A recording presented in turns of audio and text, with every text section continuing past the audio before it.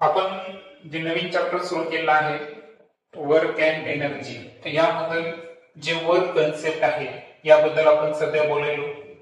आता वर्क जे आहे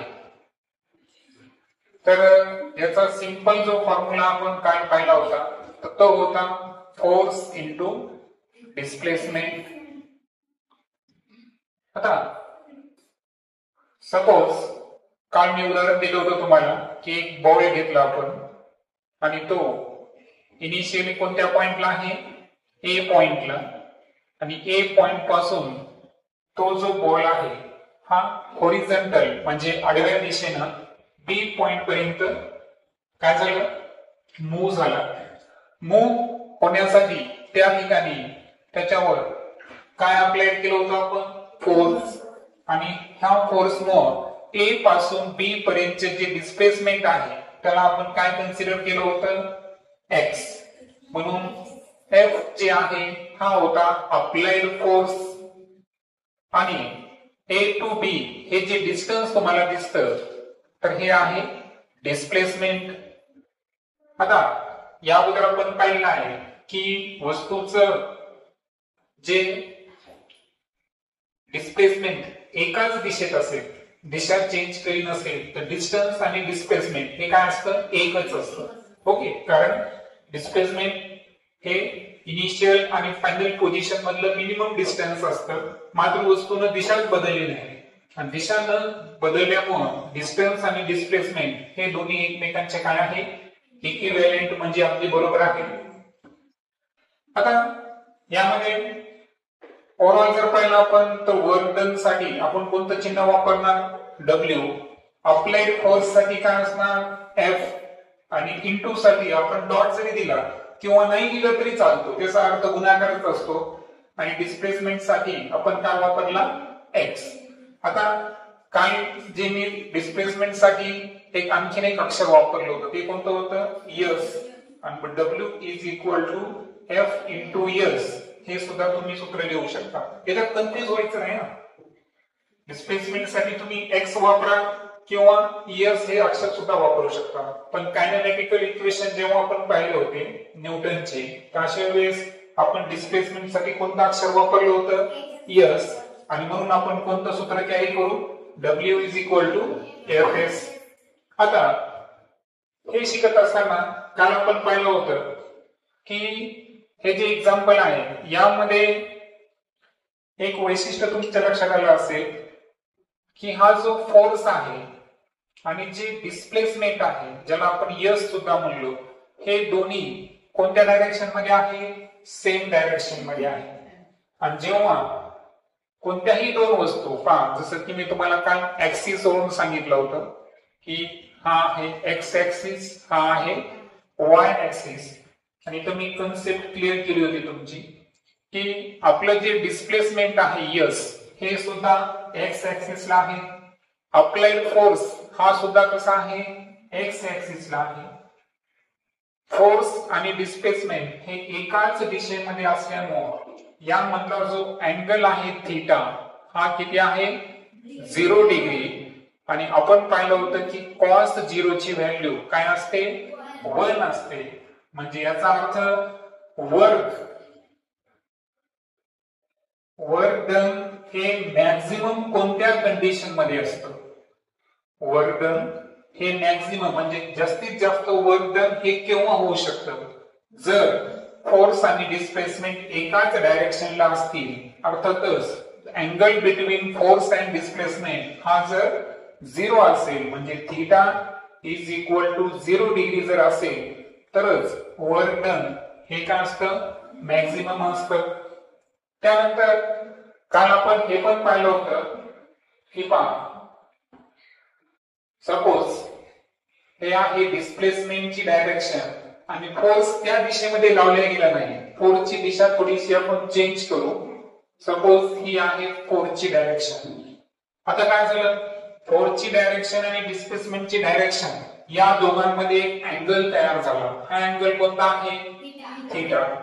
आता सपोज आपण एक कन्सिडर केलं होतं पहा की डिस्प्लेसमेंटच्या दिशेनं फोर्स तर एफ लावला गेला नाही, तर फोर्सचा एक असा भाग जो एक्स ऍक्सिस वर लावला गेला त्याला आपण काय केलं होतं, F1 कन्सिडर केलं होतं. किती कन्सिडर केलं होतं, F1. कारण F जो आहे तो थोडासा विशिष्ट अँगल मध्ये आहे. आपण कन्सिडर केलं की डिस्प्लेसमेंट जे हॉरिझॉन्टल झालं तर हॉरिझॉन्टल फोर्सला आपण काय कन्सिडर केलं होतं, F1. आता इथे ट्रायगोनोमेट्री कशी लागू होते पहा. आता मी इथे एक लंब काढतो परपेंडिक्युलर. तर इथं जर पाहिलं आपण तर ABC नावाचं काय तयार झालं बरं, राईट अँगल ट्रायंगल तयार झाला. आता या राईट अँगल ट्रायंगल मध्ये आपण असं कन्सिडर करू की हायपोटेनस जे आहे त्याचं माप किती आहे, F. किती आहे, F. आता मला सांगा की यामध्ये हा जो आपण इथं परपेंडिक्युलर काढला तर यामध्ये जर आपण कॉस थीटाची व्हॅल्यू काढली, कॉस थीटाचं सूत्र काय बरं आपल्याकडे, ऍडजसंट साइड अपॉन हायपोटेनस. आता आपली जी ऍडजसंट साइड आहे त्याला काय कन्सिडर केलं आपण, F1. काय कन्सिडर केलं, F1. आणि हायपोटेनसला काय कन्सिडर केलं होतं आपण, F कन्सिडर केला होता. यावरून F1 ची व्हॅल्यू F गुणिले cos थीटा म्हणजे कोणती व्हॅल्यू आली, F cos थीटा. काय आला, F cos थीटा. म्हणजे इथं जे आपण F1 धरला होता तर या फोर्सचा कोणता कंपोनंट आहे जो एक्स ऍक्सिस ला कार्य करतो तो कोणता आला, F cos थीटा. आणि y ऍक्सिस जो आहे तिथे जो कंपोनंट कार्य करतो तो साइन कॉसच्या विरुद्ध है ना. कारण आपल्याला माहित आहे, काल मी तुम्हाला सांगितलं cos 0 ची व्हॅल्यू 1 आहे, मात्र जे साइन 90 आहे, किती, साइन 90 डिग्री त्याची सुद्धा व्हॅल्यू काय आहे, 1 आहे. म्हणून आपण 90 डिग्री म्हणजे y ऍक्सिस ला कोणता कंपोनंट घेतला, F sin थीटा. आणि x ऍक्सिस ला कोणता कंपोनंट घेतला, F cos थीटा. आणि म्हणून F1 ची व्हॅल्यू काय आली, F cos थीटा. आणि म्हणून वर्क डनचा हा तर आपण पहिला फॉर्म्युला पाहिला. पण अँगल अदर दॅन 0 असेल म्हणजे फोर्स आणि डिस्प्लेसमेंट यामधला अँगल 0 आहे का, नाही. 0 असेल तर कोणता फॉर्म्युला वापरायचा, Fs. पण 0 पेक्षा वेगळा आहे, समजा 30 आहे, 60 आहे, तर अशा वेळेस वर्क डनचा फॉर्म्युला वापरायचा. पहा आता वर्क डन काय असतं, फोर्स इंटू डिस्प्लेसमेंट. यावेळेस फोर्स कोणी सांगा, सेकंड केस मध्ये F1 इंटू डिस्प्लेसमेंट काय आहे, S. पण F1 ची व्हॅल्यू किती आली आपल्याकडे, किती आलेली आहे, F cos थीटा. म्हणून W is equal to Fs cos theta. हे असेल आपलं वर्कचं दुसऱ्या क्रमांकाचं सूत्र. पहिल्या क्रमांकाचं कोणतं घेतलं होतं आपण, W is equal to Fs. हे केव्हा वापरायचं, थीटा किती डिग्री असेल, 0 डिग्री. पण थीटा जर 0 डिग्री नसेल तर अशा वेळेस कोणता फॉर्म्युला वापरायचा, W is equal to Fs cos theta. आता काही उदाहरण आपण घेऊ त्यावरून तुमच्या लक्षात येईल. आता पहा, calculate work done to take an object of mass 20 kilogram to a height 10 metre. पहा आता एक ऑब्जेक्ट आहे, समजा हा ऑब्जेक्ट आपण इथे लिहिला. ऑब्जेक्टची इनिशियल पोझिशन काय झाली, A. आता हा ऑब्जेक्टचं मास दिलेलं आहे आपल्याला. मास किती आहे ऑब्जेक्टचं, 20 किलोग्राम. हे SI युनिट आहे, त्याची काही अडचण नाही.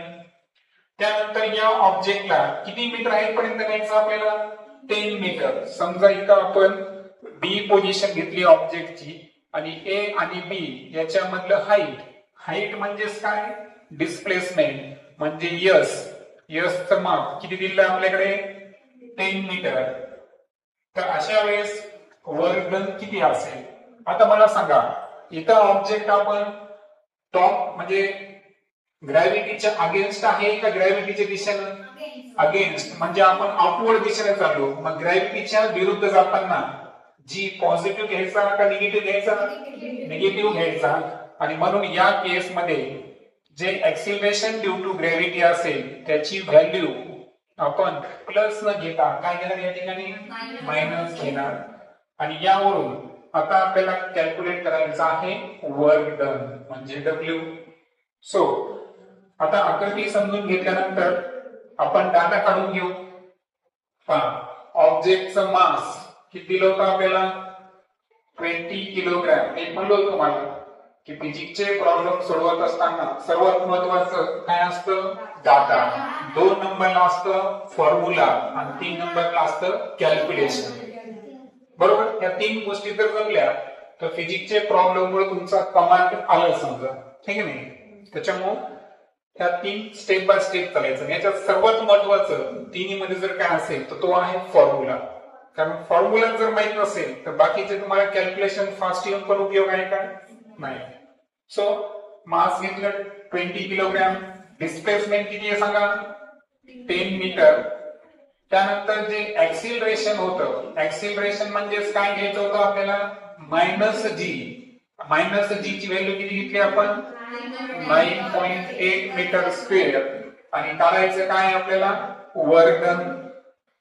आता मला सांगा ओव्हरऑल जर पाहिलं आपण इथे कुठेही तुम्हाला फोर्स आणि डिस्प्लेसमेंट यांचं जे आहे अँगल दिलेला आहे का नाही. आता तुम्ही लॉजिकली विचार करा, जेव्हा एखादी वस्तू वर न्यायची असेल, आता हा पेन आहे, पेन जर मला वर न्यायचा असेल तर माझ्या फोर्सची डायरेक्शन सुद्धा काय असेल अपवर्ड असेल. कसं असेल अपवर्ड. म्हणजे याचा अर्थ काय झाला की फोर्स सुद्धा अपवर्ड डायरेक्शन मध्ये आहे आणि डिस्प्लेसमेंट सुद्धा कसा आहे अपवर्ड डायरेक्शन मध्ये आहे. मग हे एकाच दिशेमध्ये असल्यामुळे फोर्स आणि डिस्प्लेसमेंट या मधला अँगल किती आला या ठिकाणी 0 डिग्री. कारण दोन्ही वरच्या दिशेने ऍड करायचे, फोर्स पण आणि डिस्प्लेसमेंट पण. मग आता वर्कचा जनरल फॉर्म्युला काय आहे फोर्स इंटू डिस्प्लेसमेंट. आता एक अडचण काय आहे की आपल्याला डिस्प्लेसमेंट दिलेला आहे पण फोर्स दिलेला आहे का नाही. मग आता आपल्याला काय करावं लागेल अगोदर फोर्स काढावं लागेल. परंतु फोर्स काढण्याची गरज नाही, कारण Newton second law of motion मध्ये आपण पाहिलेलं आहे की फोर्स इज इक्वल टू काय असतं मास इंटू ऍक्सिलरेशन है ना. न्यूटन्स जो सेकंड लॉ होता rate of change of momentum हा अप्लाइड फोर्सच्या काय असतो डायरेक्टली प्रोपोर्शनल असतो. त्यावरून आपण जे इक्वेशन फाइंड केलं होतं ते काय होतं force is equal to mass into acceleration. आता पहा आपल्याकडे मास पण आहे आणि ऍक्सिलरेशन पण आहे. मग आता या सूत्रामध्ये बदल करू आपण. F च्या ऐवजी काय टाकतो मी मास इंटू ऍक्सिलरेशन गुणिले डिस्प्लेसमेंट. आता प्रत्येकाची व्हॅल्यू टाकू. सांगा मास किती आहे 20 किलोग्रॅम. ऍक्सिलरेशन किती आहे -9.8 आणि जे डिस्प्लेसमेंट आहे ते किती आहे 10. त्यानंतर आता हे जे कॅल्क्युलेशन असतात ना हे सोडवायची एक सिंपल ट्रिक आहे. पहा शून्य सोडून द्यायचे. 98 गुणिले 2 किती असतात 196. 0 किती आले होते आपल्याकडे 2. पण दशांश नंतर किती अंक आहे 1. हा कटला प्लस मायनस मायनस म्हणजे आपलं जे उत्तर आलं ते किती आलं.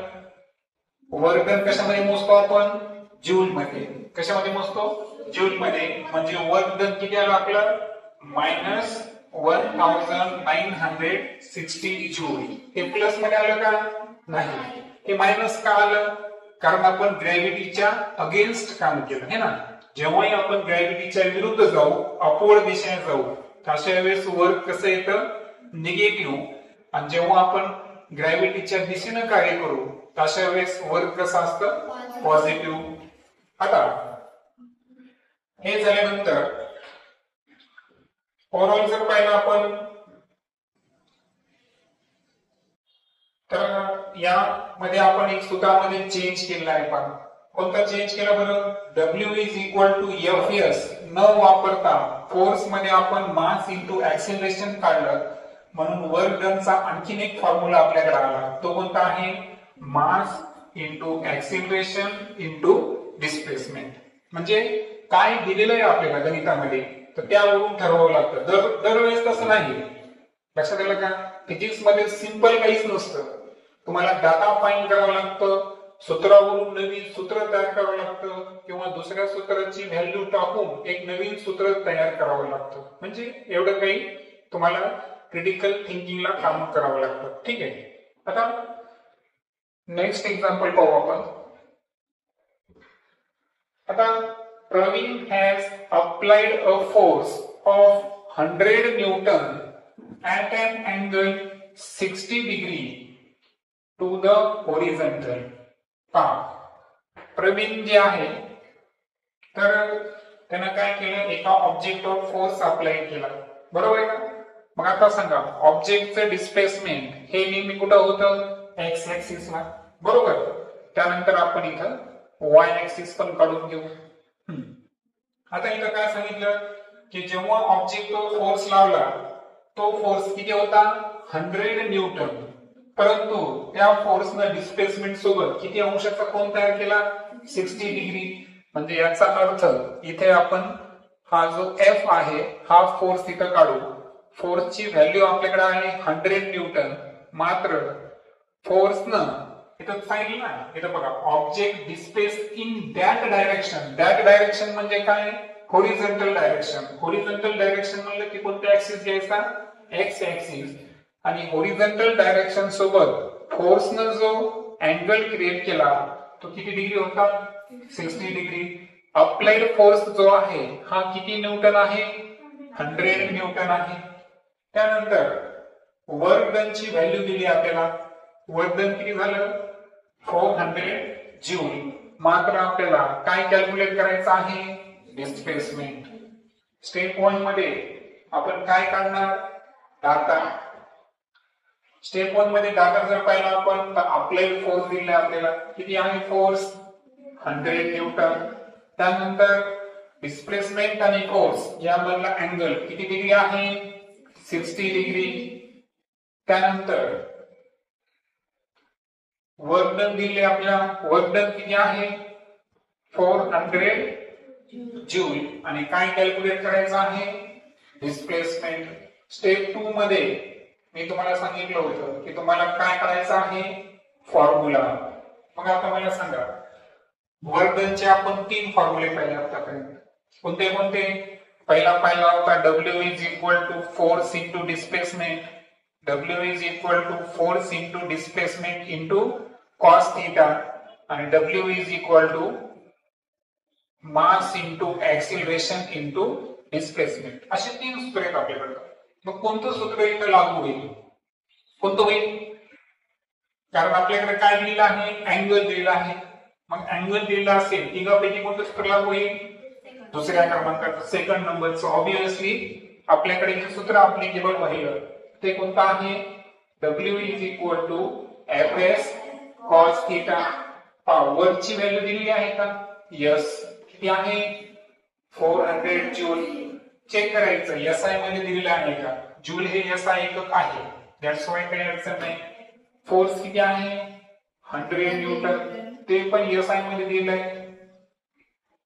गुणिले यस, डिस्प्लेसमेंट दिलं का, काढायचं आहे, म्हणून यस ला यस घेणार आपण. नंतर कॉस थीटा कितीला आहे, 60 डिग्री. 400 ला 400, 100 गुणिले यस किती होईल, 100 यस इंटू कॉस 60 ची व्हॅल्यू काय आहे, कॉस 60 ची व्हॅल्यू आहे 1/2. मग आता इथं काय होईल, पहा S is equal to opposite साइडला कोण आहे, 400. हे छेदातले जे 2 आहेत डिनोमिनेटर मधले हे 400 सोबत कुठे जातील, मल्टिप्लाय मध्ये जातील. आणि जे 100 यस सोबत मल्टिप्लाय मध्ये होते ते कशामध्ये जातील, छेदामध्ये म्हणजे डिनोमिनेटर मध्ये जातील. 0 0 गेट कॅन्सल. 4 2 चा किती आलं, 8 मीटर. म्हणजे या केस मध्ये वस्तूचं जे डिस्प्लेसमेंट झालं ते किती झालं, 8 मीटर झालं, कारण डिस्प्लेसमेंटचा याचा एकक कोणता आहे, मीटर. तर अशा पद्धतीनं ते वर्क डन संदर्भात फॉर्म्युला आणि 2 प्रॉब्लेम्स आपण घेतले. नेक्स्ट लेक्चर मध्ये आपण एनर्जी संदर्भात थोडंसं डिस्कस करू.